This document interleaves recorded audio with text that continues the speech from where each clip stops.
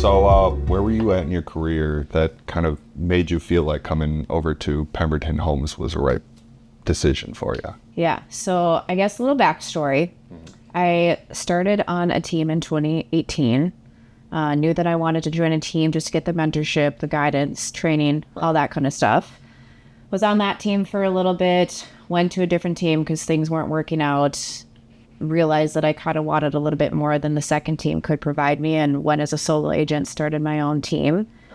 So that was going for maybe about 3 years or so, and then kind of realized that I also wanted a different change from that. I tried to basically replicate what I had learned from the previous two teams, just I love the family kind of feel, like doing stuff, being together all the time, all that kind of stuff. And it just wasn't working out, which is fine. Right. And so I had a couple friends that were on Parker's team.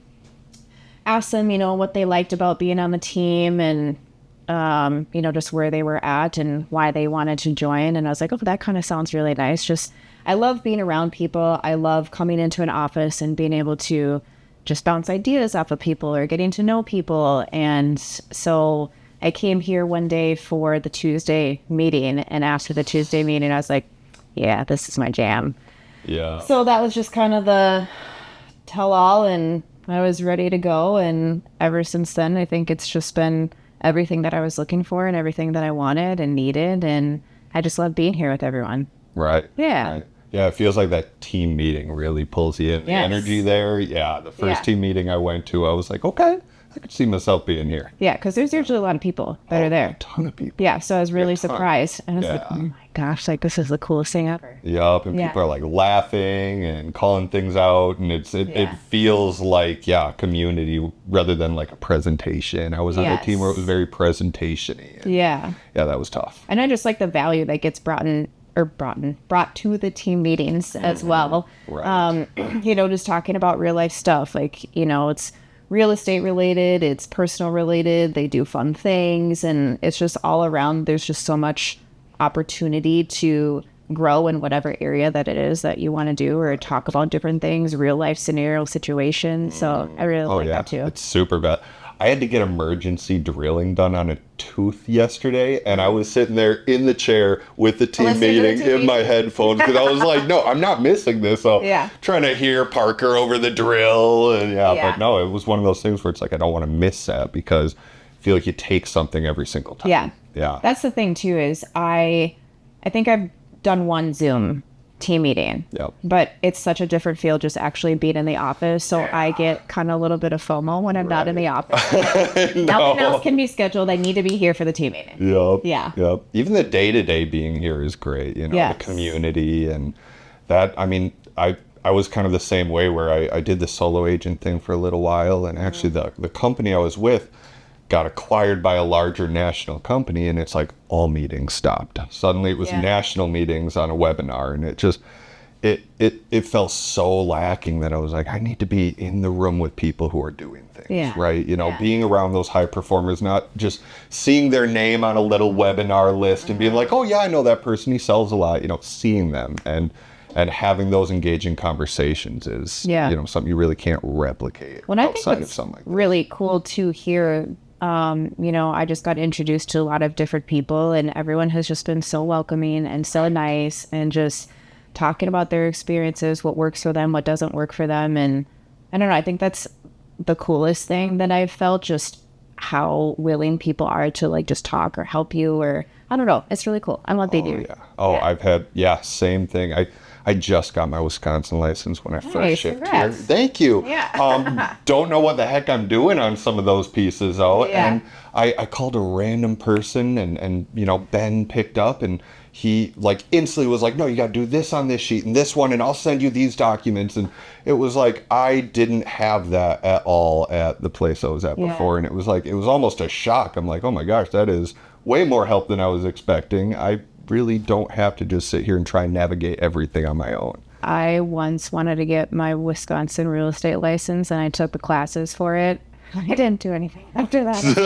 I'm not doing that. The forms are kind of different for me, and I guess I just don't sell enough in Wisconsin. I think it was just kind of like a one-off thing. I was like, yeah, that'd be kind of cool. Right. The classes, it didn't do nothing. Yeah. I don't really know if I needed it, but it was like, yeah.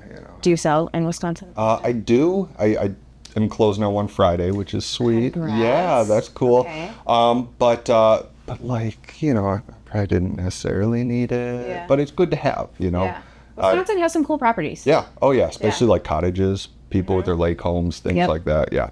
That's kind of the draw that had it for me. So, Yeah. But again, I started my Wisconsin license at one place, zero help, went to another place, finished the test, passed the test, and was like, okay, how do I do this? Help me deal with the Wisconsin Department of Commerce. And they basically like shrugged and were like, we don't know, even though we have a Wisconsin department within our company. Yeah. And then I come here and instantly it is just like what took months took days here. Yeah. So, yeah, the support is pretty great. Yeah, it's pretty cool. Yeah. Coming here to the team, have you found anything that's been especially challenging? I don't know if there's, so in the beginning, training was a lot. I don't know if I want to, maybe it is like a challenge, I guess, but it's just information overload. And in retrospect, I think it also just puts it in perspective, like how much help and support there is, the different programs and things that you can use here, which is really nice. Right. The drawback, I guess, is coming from being a solo agent where you're on 100% commission split compared to having a split on the team. That was a little challenging for me at first, just kind of getting used to it. However, furthermore into that, everything that the team is providing fills that gap of that split that gets taken out too as well. And, the lead opportunity that you get. So it's like, yeah, that wasn't my favorite thing in the beginning. Right. But being on the team longer, I've learned to adjust my mindset with that and just know like, okay, do the positives outweigh the negatives? And they do, ultimately. Absolutely. It was just getting over that little, split hurdle that I wasn't used to for a while, Right. Yeah. You get used to it when you're on those teams, and once you're on your own, you're like, wait. Yeah, like this is nice. Yeah, this is real cool. Yeah, I was the same way, but I mean, it's funny, when I left one of the teams I was previously on, I watched a lot of people come over to here, and I probably should have given it the time of day looking at that structure. The Parker's team specifically. Yeah, and seeing that the split structure is progressive as you build your career, they're taking less and less from you, and it was like, okay, so not only are you really massively making up for, like you said, that little piece that's missing in that commission, but that gets smaller the better you hone in your skills, and that was really cool to me. But no, I definitely understand that start where it feels like you're drinking from a fire hose. It's like the sheer amount of information on onboarding, great onboarding. Yes. But, best one I've been through in the 5 organizations I've been through in my career. But yeah, it's a lot. But it just goes to show like the systematic infrastructure that's already built there. I mean, there's a path and a process for everything. Works. Yeah, it works. Just learning it though is there's still stuff that I'm learning too. Me too. But like there's stuff that, since I've been on the team since January that, all right, okay, I'm getting used to this, move on to the next thing. You know what I mean? Yep. Yeah. Oh yeah. Well, I feel like every time I come to the office, I learn something new where it's like, oh, that's how I do that. Okay, great. Yes. Yeah. So that's my biggest challenge. I just need to get in here more. I live in Ramsey. So do I. Oh, okay. Oh my God, everyone says I live in Canada. I know. No one ever wants to go out to Ramsey. Apparently, it's too far.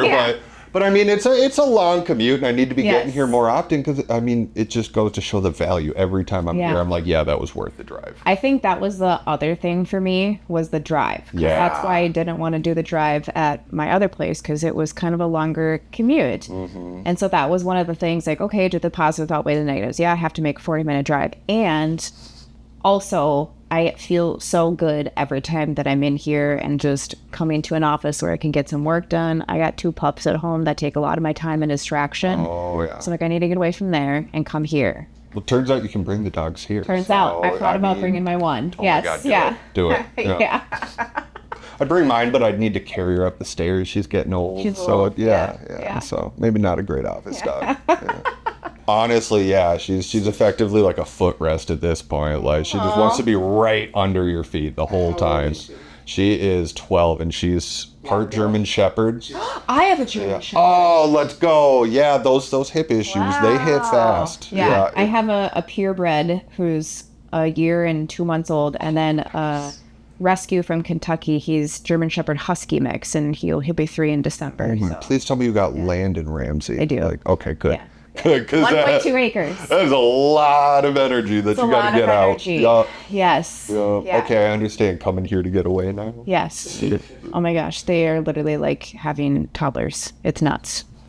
Yup. Yeah. Yup. I'm like, no, mom's got to go. Yeah. Yeah. He eats it same time and everything. Same time. I know, that's crazy. I know, that's actually pretty funny. That's right. Twinning. I know.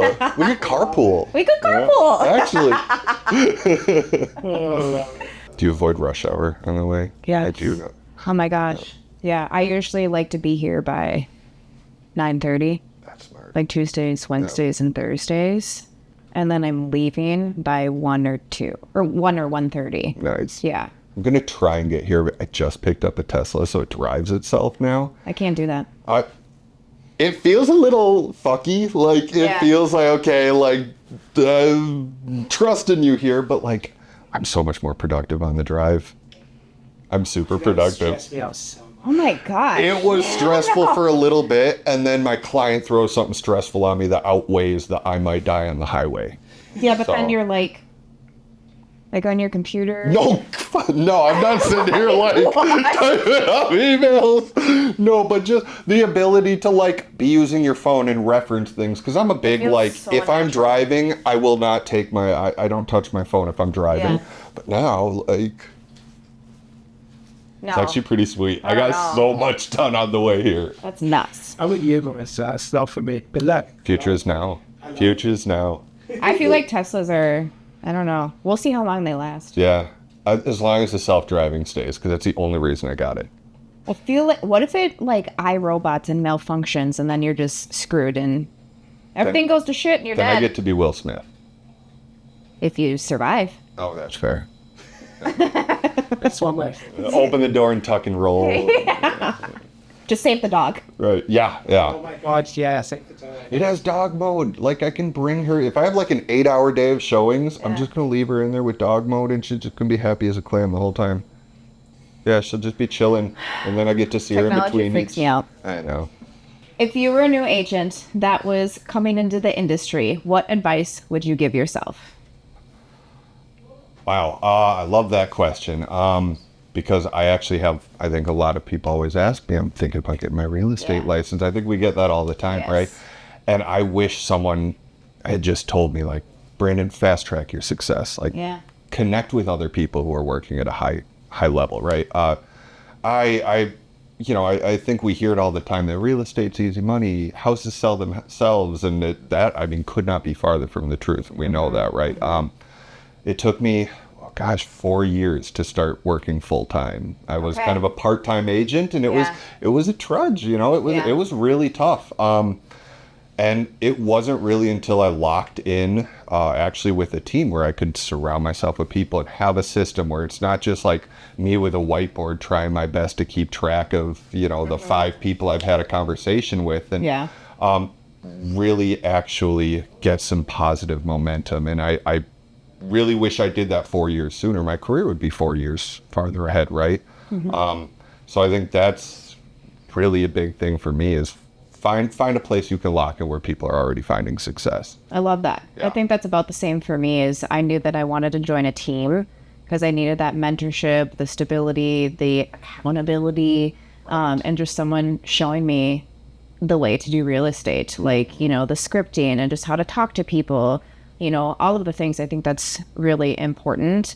So if I were to look back, I mean, I did everything that I would have told someone new to do, because some people are like, oh, I don't want to join a team, I want to be a solo agent. Some people are like, no, I don't really know where to start, or I know that I want to join a team. And so I think for me personally, I did everything that I knew that I wanted to do, because 7.5 years later, I'm still doing real estate, doing still some of the things I learned back in 2018, you know? So I think that's really important. Yeah. Yeah. Absolutely. Yeah.